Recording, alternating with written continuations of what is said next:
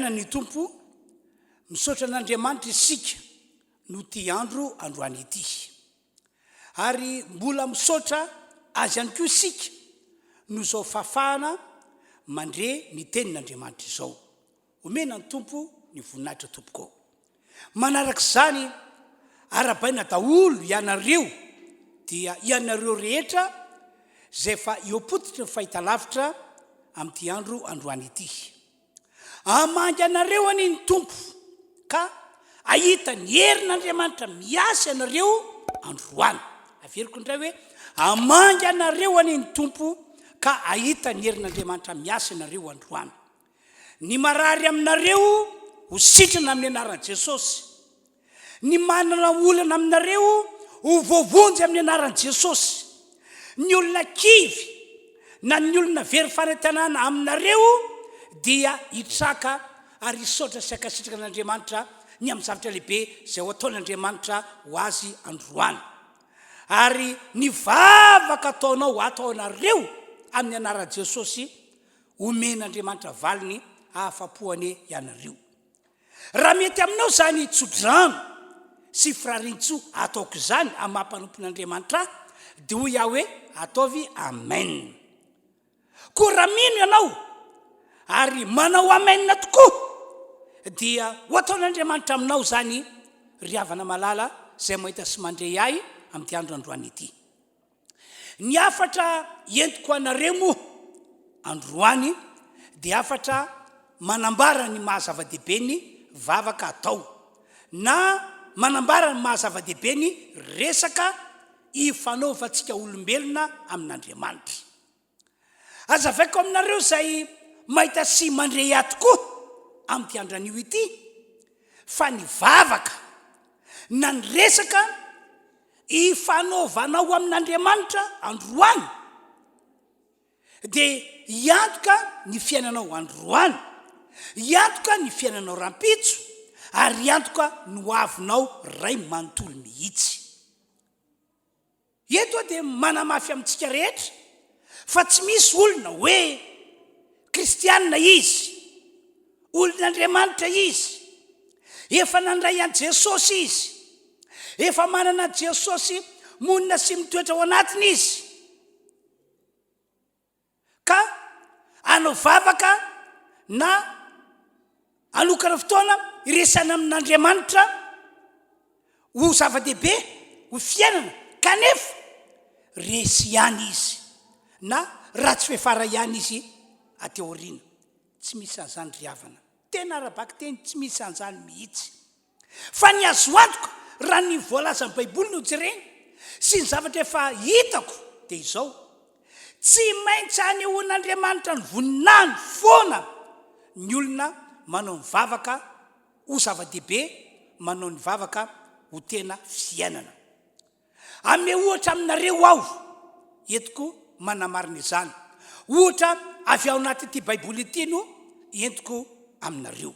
Ohatra voalohany ny tantaran'ny lehilahy anankiray atao hoe Daniela. Daniela toko faheniny andiny voalokatra amin'ny 720 no ahitana izay tantara izay. Tantaran'ny Baiboly fa namoaka didy sy lalàna ny mpanjaka tamin'izany fotoana izany. Didy sy lalàna manambara fa tsy azo ekena hoe ao anatin'indray volana hoe hivavaka amin'Andriamanitra na hivavaka amin'ny zavatra hafa ny olona, na hoe angataka amin'Andriamanitra na angataka amin'izay hery hafa ny olona. Tsy ekena, zay le lalàna, zay le didy. Fa raha nao vavaka, raha nao fangatahana dia amin'ny mpanjaka mivantana ihany. Zany hoe mpanjaka zany no atao Andriamanitra hivavahana, natao Andriamanitra anaovana fangatahana raha misy zavatra ilaina, raha misy zavatra irina. Zay zany no zavatra nitranga tamin'izany fotoana izany. Toy izao voasoratra Daniela toko faheniny dia vakitsika ny 17 ka hatramin'ny 10. Dia sao maritaka ny vory ho an'ny mpanjaka ireo komandy lehibe sy solompanjaka ireo, ary zao no nataony taminy: ry Dariosy mpanjaka ô, ho velona mandrakizay ana ianao. Ny komandy lehibe rehetra amin'ny fanjakana sy ny mpanapaka sy ny solompanjaka sy ny mpanolotsaina ary ny gouvernoura dia mifanara-kevitra fa tokony anao lalàna sy didy mafy ianao ry mpanjaka ka nazovy no anao fangatana ao anatin'ny 30 andro na amin'Andriamanitra na amin'ny olona afa-tsy aminao ihany ry mpanjaka dia tsipy ao andavaka ny liona izy. Ankehitriny ry mpanjaka ataovy mafy ny lalàna ka sy hosony mba tsy hiova araka ny lalàna mediana sy ny persiana zay tsy azo ovana. Ary noho zany dia nasiany Darius mpanjaka sony izany lalàna sy didy izany. Dia zay ny zavatra nitranga. Daniela manokana nefa tamin'izany andro zany, tamin'izany fotoana zany dia natsapa fa tena zava-doza ity mitranga ity, zava-doza ity miseho ity, zava-doza ity lalàna sy didy vaovao no sy niavam-panjaka ity. Ho azy manokana amaolon'Andriamanitra azy, amaolon'ilay izy atr'izay ko mandrakizay azy dia zava-pady aminy, zany hoe ivavaka nanao fangatahana kanefa tsy amin'ny Jehovah Andriamanitra. Zava-pady aminy zany, tsy fanao zany aminy.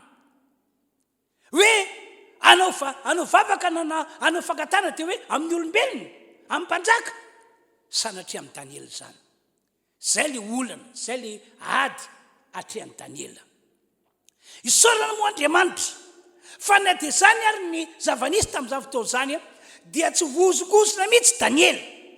Tena tsy azo nozongozona mihitsy ny fonona tao anatiny. Ry havana ianareo izay mahita sy mandre aminy ty androandroany ity, iriko mba ho tonga tahak'izany ianareo. Indrindra moa fa ianareo izay fa nanolo-tena ho an'Andriamanitra, zay fa nandray an Jesosy, zay fa manana an Jesosy. Aza mety vozongozona mihitsy ny finoanao sy ny fanantenanao. Fa raha mbola vela eto ambony tany ity ianao dia miojoro tsara, miorena tsara. Ao ka Jehovah Andriamanitra ihany no Andriamanitra ivavahanao, sitomponao, iankofanao. Ary ao ka Jehovah Andriamanitra ihany no anaovana fangatahana, ilay fangatahana lehibe indrindra eto ambony tany ity. Izy no rain'i Jesosy Kristy, ilay tena tiantsika zanak'olombelona. Izy zany no azo antoka fa ihaino antsika raha ohatra ka hivavaka aminy sy hangataka aminy isika. Dia ina ho ianao nataony Daniela nanoloana ilay zava-doza mitatao anatreny. Satria ny mpanjaka tamin'izany fotoana zany nanao somian'ilay didy milaza mantsy hoe zay rehetra tsy mety manao fangatahana, tsy mety mivavaka amin'ny mpanjaka dia ho samborina dia tsipy anaty lavaka misy liona. Tena zava-doza le izy. Ary ny lalàna mediana sy ny persiana dia lalàna tsy azo ovana, tsy azo entina fihetsem-po, fa zay voasoratra dia voasoratra. Zava-doza zany. Dia ina ho ianao nataony Daniela, nivavaka tamin'Andriamanitra izy, napetra teo tanan'Andriamanitra ilay ady lehibe anatreny, ilay loza be mitatao eo anoloana, napetra teo tanan'Andriamanitra tamin'ny alalan'ny vavaka, napetra teo tanan'Andriamanitra tamin'ny alalan'ny resaka ny fanaovany tamin'Andriamanitra. Andoka efa kitsika ny voalaza Daniela 9:1 no fantatry Daniela fa efa voisiny ny didy dia nakao an-tranony izy. Ary ny varavarankely ny tranony ambony nanandrifany Jerosalema diny voa koa intelo isan'andro no nandoalika ka nivavaka sy nisaotra teo anatrehan'Andriamanitra izy satria fanaony hatramin'ny taloha zany. Anisan'ny tena nampahery be aloha dia ity Daniela na dia atao hoe lalana femivoninkazo foana ny lalany hatramin'izay, zany hoe lalana tsy nisy olana, lalana tsy nisy ady, lalana tsy nisy zavatra sarotra fa ny fitahin'Andriamanitra, ny fanambin'Andriamanitra foana no tonga teo aminy saikisan'andro. Dia nataony Daniela nataony zava-dehibe sy nataony fiainana ny manao vavaka amin'Andriamanitra na ny miresaka amin'Andriamanitra. Ary ny 3 isan'andro izy no nanao an'izany vavaka izany. Kanjo tonga indray ty ny olana dia tsy niova tamin'izany fomba tsara fanao izany Daniela, fa dia mbola 3 isan'andro ihany izy no nivavaka. Mazava nge mivoasoratra no nifantatry Daniela fa efa voisiny ny didy dia nakao an-tranony izy ary ny varavarakely ny tranony amboniny nanandrify an Jerosalema dia ny vo koa intelo isan'andro no nandoalika ka nivavaka sy nisaotra teo natrehan'ny Andriamanina izy satria fanaony hatramin'ny taloha izany. Dia taorina kelin'izay dia tsy maintsy nosamboriny Nataniela satria tratra voalohany aloha tsy nivavaka tamin'ny mpanjaka, tsy nanao fankatana tamin'ny mpanjaka. Faharoa nivavaka Daniela, nanao fankatana Daniela fa tamin'ilay Jehovah Andriamanitra tompon'izao rehetra izao. Noho izany tratra Daniela dia nosamborina Daniela dia araka ny lalàn'ny Mediana sy Persiana zay tsy azovana dia hoe atsipy anaty lavaka misy liona ny olona zay mandika ny lalàna sy ny didy navoaka amin'ny mpanjaka dia natsipy tokoa izy dia tany naty lavaka misy liona izy tamin'izay fotoan'izay. Zao ny voasoratra eo amin'ny andininy 7 sy 9. Fakina amin'ny anaran'i Jesosy ilay teny.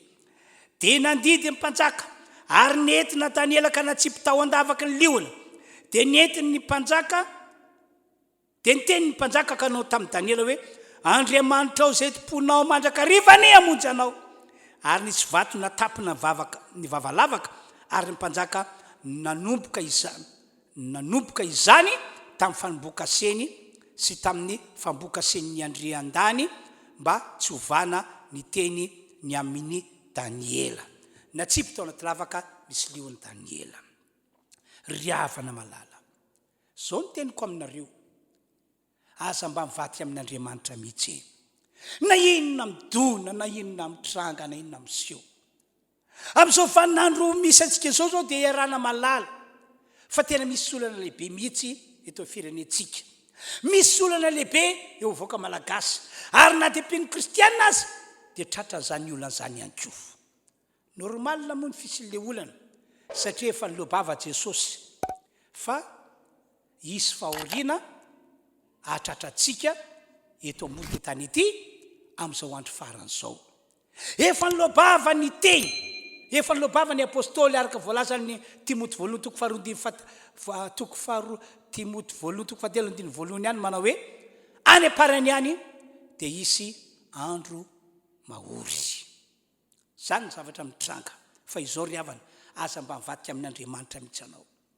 Aza mba miodina amin'io Andriamanitra io anao. Rehefa nino anao fa io Andriamanitra io tiatsika, rehefa nino anao fa efa nitiatsika tamin'ny alalany zanany io Andriamanitra io dia aoka hanompo azy hatramin'ny farany ianao. Na dia hatramin'ny fahafatesana azy aza mivadika amin'Andriamanitra mihitsy anao. Miteny an'izany mantsy aho mba ilazako aminao fa hisavatra lehibe ho ataon'Andriamanitra aminao amin'ity androandroany ity. Dia tsy nivadika tamin'Andriamanitra tokoa Daniela fa dia hatramin'ny farany niaritra izy dia natsipy tao anaty lavaka misy liona. Akory zava-magaga ry havana fa tantarain'ny Baiboly izay voakiko aminareo rehefa avy eo. Tsy nahavita nanao na inona tamin'ny Daniela mihitsy ny liona tamin'izany satria Andriamanitra nandray andraikitra ka dia naniraka anjely nakao anaty lavaka misy liona. Avy hatrany ireo anjely ireo tsy haiko na firy ny liona tao dia tsy haiko ihany koa anjely firy zany no nran'Andriamanitra tao fa dia notazomy liona, notazomy ny anjely avokoa ny vavan'ny liona rehetra dia napetrany tsy mahazo mikofoka, tsy mahazo metsika ka na dia natsipy tao anaty lavaka misy liona ary Daniela dia tsy nisy azo ny liona natao mihitsy ny amin'ny Daniela. Zany zavatra nitranga. Vaketsika iny voasoratra eo amin'ny andiny 7 indray. Teo zao voalaza ka hatramin'ny andiny 720. Dia no tany andapa ny mpanjaka ary tsy nitendry anina mandritry ny alina sady tsy nisy zava-maneno nampidirina teo anatreny ary tsy mba neta torimaso izy. Dia ny fomaraina koa ny mpanjaka ka nandeha faingana ho any amin'ny lavaka ny liona. Ary no tonga teo amin'ny lavaka izy dia niantso an'i Daniela tamin'ny fiamalahelo. Niteny ny mpanjaka ka nanao tamin'i Daniela hoe ry Daniela mpanompon'Andriamanitra velonao, moa Andriamanitra ao zay tomponao mandrakariva mahavonjy anao amin'ny liona va. Namaly ny mpanjaka Daniela hoe ry mpanjaka, ho velona mandrakizay ne ianao. Andriamanitra efa naniraka ny anjeliny ka nanakombona ny vavan'ny liona tsy handratra. Satria fahamarinana no hitany tamiko ary teo anatrianao ko ry mpanjako tsy nanao ratsy ao. Dia falindrindra ny mpanjaka ka nasainy nakarina fitaovan-davaka Daniela, dia nakarina fitaovan-davaka Daniela ary tsy hita nisy naratra izy satria nino an'Andriamanitra. Ry havano, zany ny vaovao mafaly lehibe nataon'Andriamanitra ho famonjena ny Daniela. Andriamanitra mihitsy no nitratseratra mba hamonjy ny Daniela, mba navitra ny Daniela, mba tsy ho tanteraka ny fikasany ratsy ny reto fahavalo dia ny fahavalon'ny Daniela izany. Dia tahorinan'izay rehefa navoaka Daniela dia nalaina indray ireo olona izay niampangany Daniela hoe ry zareo indray aoka ho atsipy ho naty lavaka misy leona misy solitoerana ny Daniela. Dia tantarain'ny Baiboly fa raha vao natsipy tao le olona avy hatrany mbola tsy nitotona tamin'ny tany akory aza ny tongo noho ny Baiboly dia tonga dia nitsambiky na leona nandramatra an'reto olona zay fahavalon'ny Daniela reto ary nanapatapaka ny taolana ary dia nihinana ary dia fongana ny visin'le olona. Vakitsika ny andininy fa 5 ary ny mpanjaka nandidika nentina ireo lehilahy niampangany Daniela ireo ka natsipy taon-davaka ny leona izy mba nivady aman-janany ary leona nanan-kery taminy ka nanapatapaka ny taolany raha tsy mbola nipaka tamin'ny vodiny lavaka akory aza izy. Ry havano, naranao tsara ve ny tantara mikasika ny amin'ny Daniela teo? Raha naranao tsara ny tantara dia nahita ianao fa niseho ny voninahitran'Andriamanitra, niseho ny fahagagana ho famonjena ny Daniela.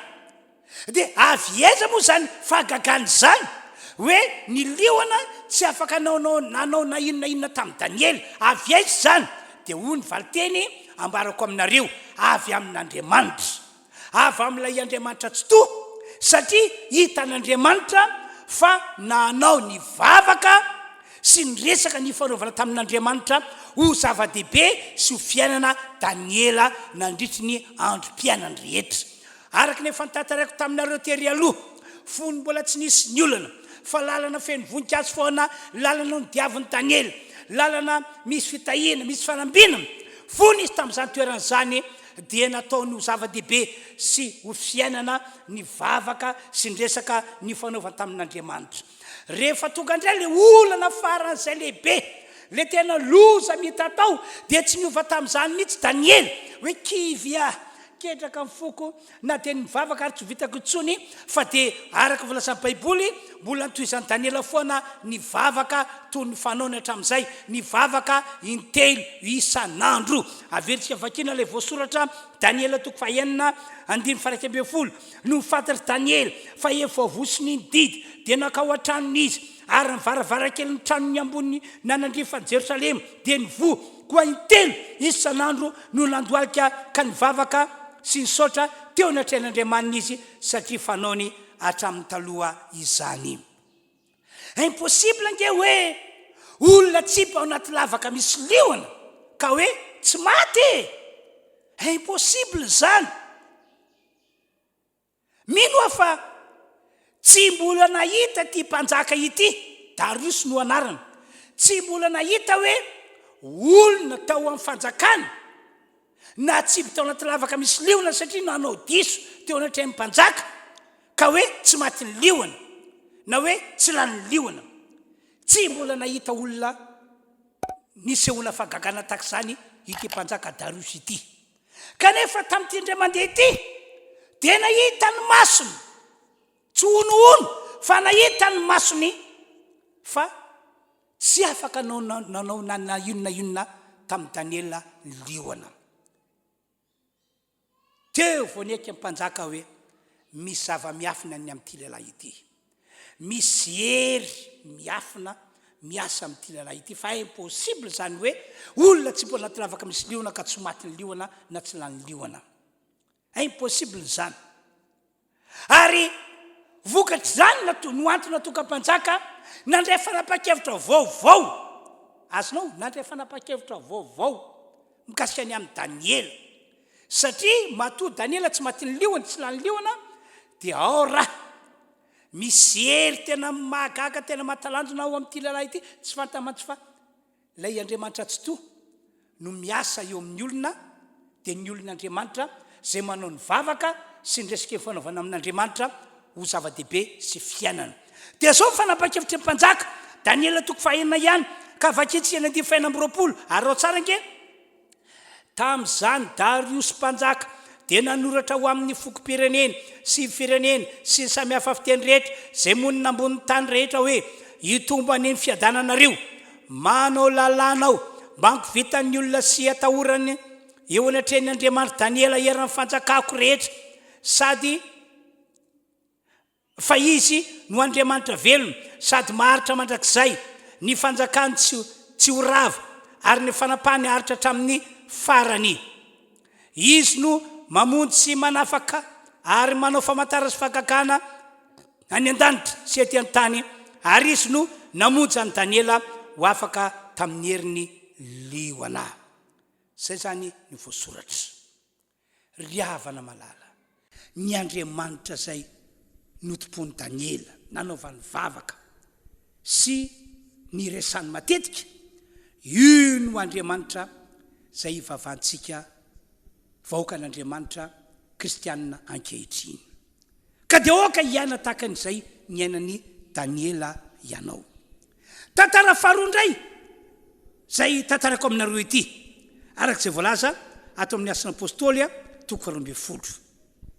Dia ny tantaran'ny fiangonana kristianina tamin'ny andron'ireo apôstôly. Ato amin'ny Asan'ny Apôstôly toko 12 andiny 1 ka hatramin'ny 15 no ahitana zay tantara zay. Voasoratra ao fa nosamborina Petera ary nampidirina tao an-trano fanagadrana, nampidirina tao an-trano maizina ary nasiana no fatorana tsotra matanany ary nasiana miaramila iambonazy tao nandrisy ny alina. Fa ny zavatra nitranga kosa nefa tetsan-danina ny fiangonana kristianina tamin'izany andro zany dia nivavaka tamin'Andriamanitra, nitondra n'ilay problema tamin'Andriamanitra tamin'ny alalany vavaka. Zay ny zavatra nisy ny ainan'ny olona tamin'izany fotoana izany. Dia inona nitranga ho ianao? Tao anaty fotoana tsy nampozina, naniraka anjelan'Andriamanitra hiditra tao anatin'ilay trano fanagadrana amin'ny Petera. Tena tsy nisy nahita mihitsy nidirany anjely tao, niafina ny anjely ka tsy hain'ny olona hoe misy anjely miditra ato. Avy hatrany nataon'ny anjely najambiana fotsiny tsotro zao ny miaramila rehetra natao anatiny nataty velany zay niambona Petera. Ary Petera kosa nitairiny anjely hoe mitsangana, miarena, tafily lambanao, andao anaraka. Dia nivoaka Petera, nentiny anjely nivoaka ny varavarana izy. Akory? Sokatra ihany koa varavarana. Nentiny anjely nivoaka ny vavahady izy. Akory? Sokatra vavahady. Ary ny fiafaran'ny Petera tonga tany an-tanàna. Nay Petera azy dia gaga hoe tena impossible, ny naafaka tao ampigadrana kanefa dia zao possible izao. Satria nahoana? Satria ny Andriamanitra zay nivavahany Petera nanao fa fiangonana kristianina vavaka no niaino any Petera, niaino any Petera, niaino ny fiangonana ka namonjy any Petera, namonjy ny fiangonana izany. Ry havanao, arako tsara ihany koa ve ny fandehan'ny tantara zay no tantaraiko teo?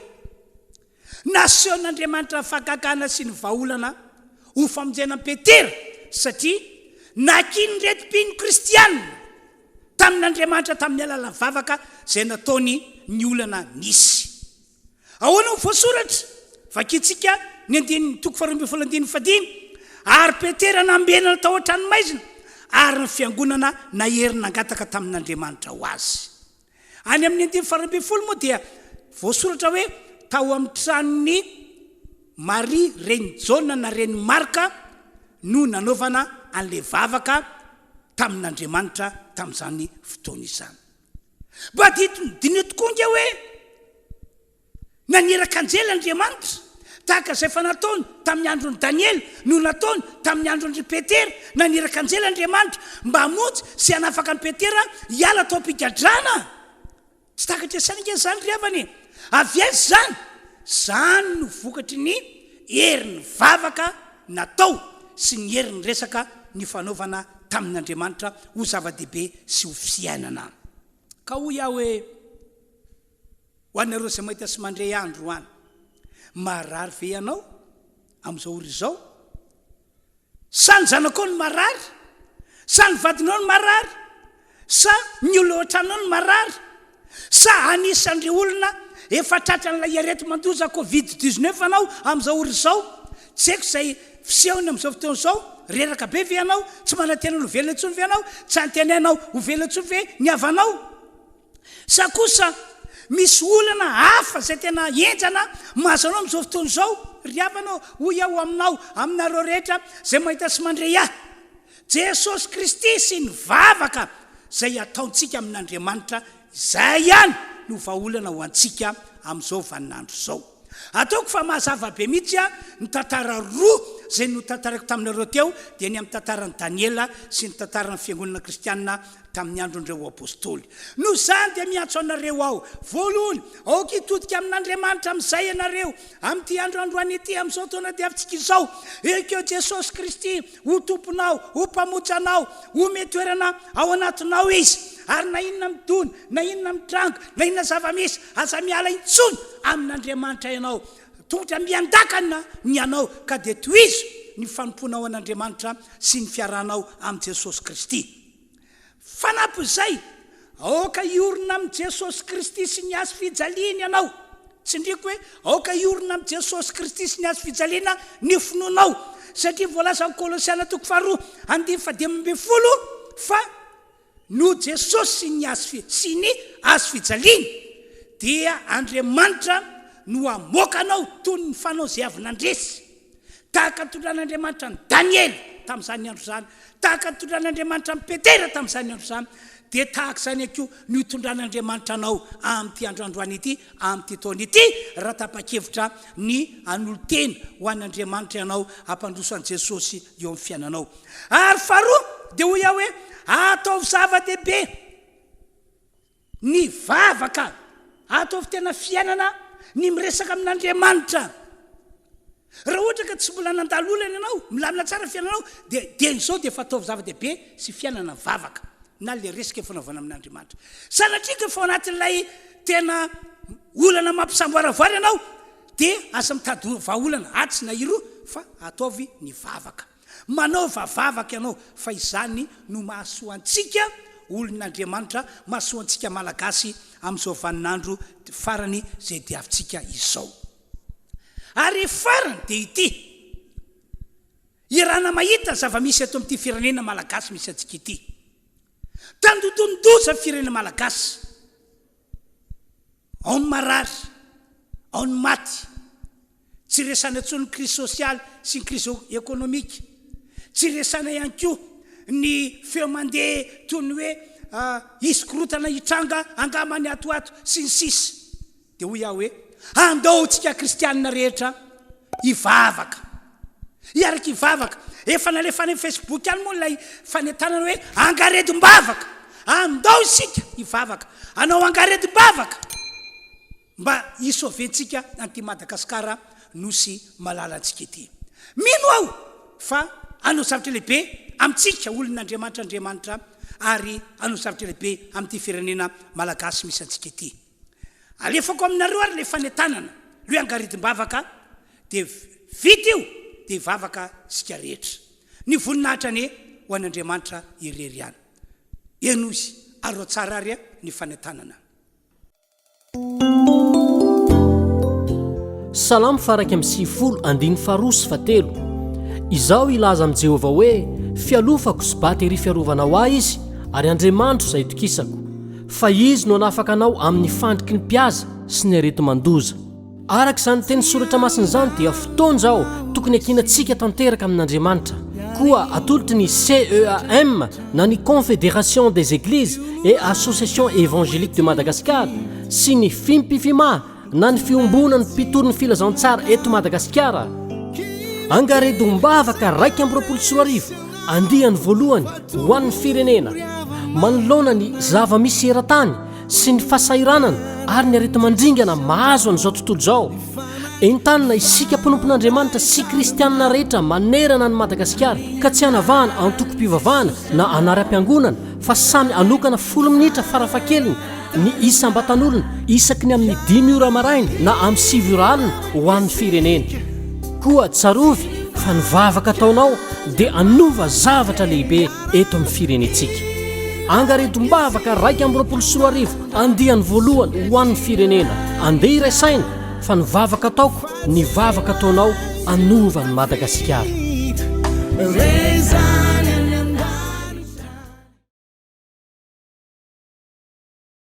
Zay zany ny fampianarana netin'androany sy ny fanetanana na netanantsika andoha hivavakantsika tompoko. Andriamanitro misaotra anao zahay amin'ny anaran'i Jesosy, makasitraka anao indrindra no fahasoavanao lehibe sy famindraponao, fa sitrakao ny amonjy anay vahoaka anao rehetra eto amin'ity firenena malagasy misy anay ity. Sitrakao ny anasitrana ny marary, ny anafaka an'izay manana olana ary ny hitondra fiainana ho amin'ny fitahiana lehibe sy tena goavana. Sitrakao ny any ny herinao eo fiainana tahaka izay efa nataonao tamin'ny Daniela sy Petera. Ary sitrakao ihany koa ny amonjy an'ity firenena malagasy misy anay ity. Koa na izy mivavaka amin'izao fotoana izao, indrindra ho an'ny Madagasikara, ho an'ny firenena malagasy, amonjy aza ny anao Andriamanitra. Amonjy an'ity firenena ity anao Andriamanitra. Ka dia misaotra sy makasitraka anao zahay amin'ny anaran'i Jesosy no anaovana vavaka. Misaotra raha eo. Amen. Voavonjy any Madagasikara ho tafitany ity firenena ity ary tsika vahoaka n'Andriamanitra rehetra ho raisin'Andriamanitra tanana. Veloma tompoko.